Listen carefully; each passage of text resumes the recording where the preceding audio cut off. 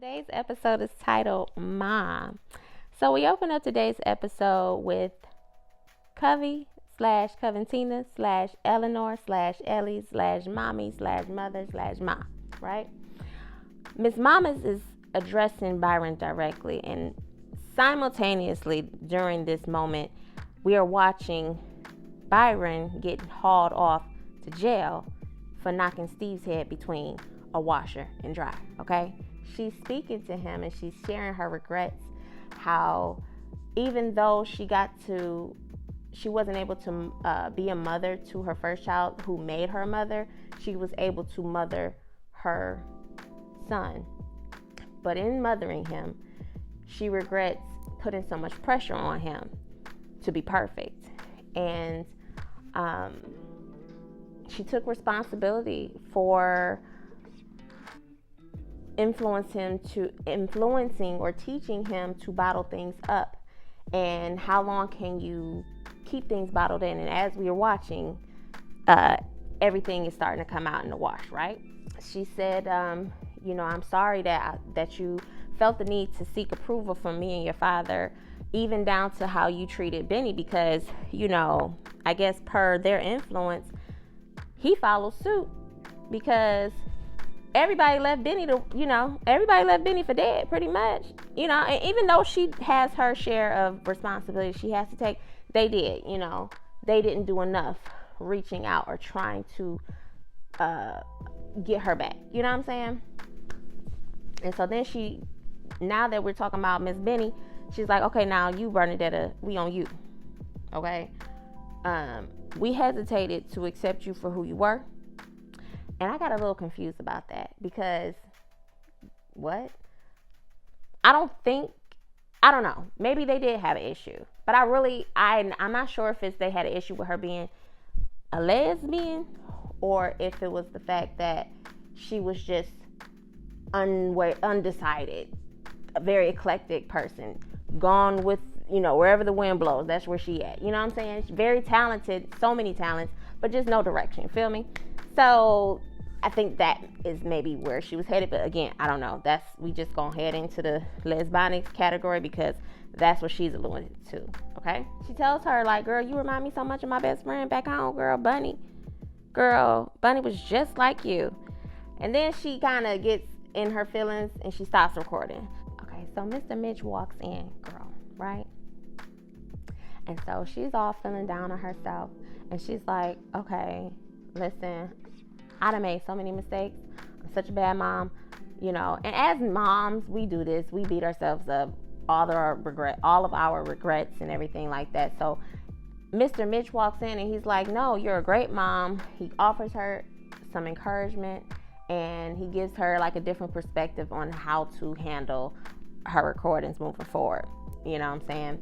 Because it's a lot. It's a lot that she's putting on the table. And then she kind of turns her attention to him and says that she's sorry that things didn't turn out differently. So now it's like, okay, we are confirmed that it's definitely something going on between them. But as children, we're going to stay in the child's place, okay? So she continues to reflect back to yesteryear, down to the island girl. And her and Bunny is on the island jamming, okay? Jamming to that Sean Paul, like, I'm Still in Love song. But it's like, I'm sure that beat was borrowed, okay? But that's a bop. Or just, they was jamming, and I was jamming too. So they on the beach, and so she's like, oh, my man here, girl. Come on, Gibbs. And so then Gibbs and the friend, which is the friend of Bunny, walk up. And she's like, girl, just do what I do. And so she's dancing up on her man. And here come Bunny. Stiff, dancing on the dude. You know what I'm saying? And what ends up happening is she's saying that she told her to hide that part of her because it's too dangerous out here to be, having them kind of rumors spread about you or anybody, right? And so when she left Jamaica or whatever island she was living at, when she left, Bunny had to fend for herself. So she's faking it till she made it. She done gave her little cherry blossom on over to that guy. she ain't even want to do all that. You know what I'm saying? So now she's out here just living. You done left her for dead. And she's, acknowledging all of that. But, yeah, girl, it's a lot. Okay? Bunny had to do a lot by herself. So now we're back to the precinct. And Bunny is talking to 5-0 about why Byron knocked Steve's head between a washer and a dryer, right? And so basically she's like, listen, he's been abusing me for years, all right? But the statute of limitation apparently has run out. I don't know. We're just going to follow the storyline, right? And she was advised to get a restraining order. And so she does. And now we're opening another scene with Byron getting booked. And as he's getting processed and booked in to jail, you could just tell that he's feeling like degraded because he's never been in trouble. He's not of any type of criminal, So, it's a very degrading experience for him. You could just see it all over his face. And then we reflect back to yesteryear again. Team Byron is talking to Mama and Pops, and they're addressing something. He had gotten to some type of situation, and he was expressing his frustration, and the father is not having it. Listen, chill out, right? Mama's like, listen, I know you get upset, but you can't be getting upset out here in these streets, pretty much. They had to have the talk, not the birds and the bees, but the people, 5-0, the law, whatever other name you want to call them, right? So they had to have, that type of talk about how you can cut up and carry on out here in these streets, all right? Like everybody else. It's unfortunate, but you just can't do it. So Byron gets out of jail, and Benny and Mr. Mitch is there to pick him up. Steve didn't drop the charges. So as they're walking out, Byron says, what would Ma think? And Benny was like, girl, I don't care what Ma would think, girl. She is not the poster child for straight and narrow, okay? All of this stuff we done found out, and now we want to talk about what would Ma think, girl. I understood that, because girl, what? So anyway. So he says that he has to go to a panel. So sis is like, girl, I got you. Let's go back to the house. So they go back to the house. She's fixing up his face because she knows a little something about covering bruises, right? And so she covers the bruises. He looks good. He throws out there, why don't you look up, your big sis? She's kind of interesting. And she's like, girl, I ain't trying to hear nothing about that, right? And so he was like, I'm just putting it out there. And she's like, well, listen, we done been through a lot. I want to cook us a big old nice beautiful meal, and we'll just have a nice dinner after you get back from your panel. So he goes off. She ironically goes and looks up her sister and finds out she done been in some controversy her doggone self, girl. So she looks her up. She done found out the little controversial conversation, right? And then what did she do? Then she looks over and sees some receipts. It's a whole bunch, like a envelope full of receipts to a cafe. Switch it on over, and here comes Steve, all crazy and upset because, girl, you gonna put a restraining order on me after I done dropped the charges? Are you nuts? So he's all in his feelings, and she's like, listen, girl, it's over. He's like, girl, you need me. She's like, girl, I don't. Okay, because no. So he tries to hold that little money, that advance that he got from the people that was trying to buy the art piece over her head. And then she was like, girl, figure it out. And he was like, girl, you a parasite. And she was like, girl, I don't care. Okay, sure. So he left. It was over with. So now we here to the panel. We're down to the panel. So Byron is asked, everybody's asked a question, little panel stuff. And so Byron finally gets asked 2 questions, one by another person, not important. But this one, she was like, girl, how does it feel to be a trailblazer in this field? And girl, that triggered him. He was like, as a matter of fact, And he just let it all hang out, girl. He addressed all the hypocrisies, all the microaggressions, all of the things that he's pretty much been bottling up.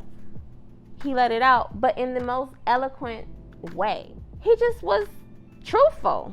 Yeah, this is a lonely road. I'm the only black person in this field, in this company. So yes, my objective is to change the world, and as a person interested in this field, you gotta fight for your right to be whatever space you hold, okay? And it was so profound that they gave him a standing ovation. Okay, so Byron pulls up into the driveway, and then a black SUV pulls up moments later, right? And so in the meantime, he's like, well, girl, is that Steve again coming for round 2? And he texts Benny like, girl, did you tell Steve he can come over? And meanwhile, his phone is going off. Ding, ding, ding. For the internet going crazy over his whole speech, right? So we switch on over in the house, girl. Benny is jamming to her island music, girl. She is going in, cooking, and I know the house is smelling good, and she just, she's just in her zone. And so in walks Byron and Mabel. So now the room grew still. Girl, it's like the music, like, I'm like, where'd the music go? Because, girl, it was complete quiet in that room. Everybody's like, hi. So now it's awkward. Mabel tries to so yeah, I'm sorry. I didn't mean to drop in, but, I was invited. You know what I'm saying? I'm big sis. How y'all doing? Benny is just a little shell shocked. You know what I'm saying? Rightfully so. Right? She's like, well, where the bathroom at? And they kind of looking around like, oh my God, look at her. Oh my gosh, she's here. I can't believe it. So, Mr. Mitch pulls up, girl. Oh, wait. Before he pulls up, they having this very silent, awkward dinner.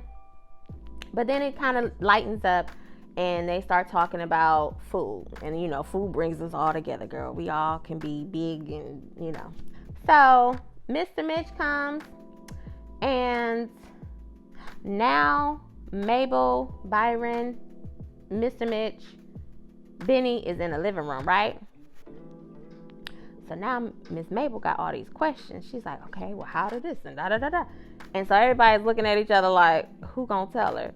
And so finally, Mr. Mitch is like, well, girl, you got your own recording, okay? And that's just for you. But we gonna go ahead and crack open this last recording, okay? So they get ready, and she asks something, and I don't know how it came out, but girl, it's revealed.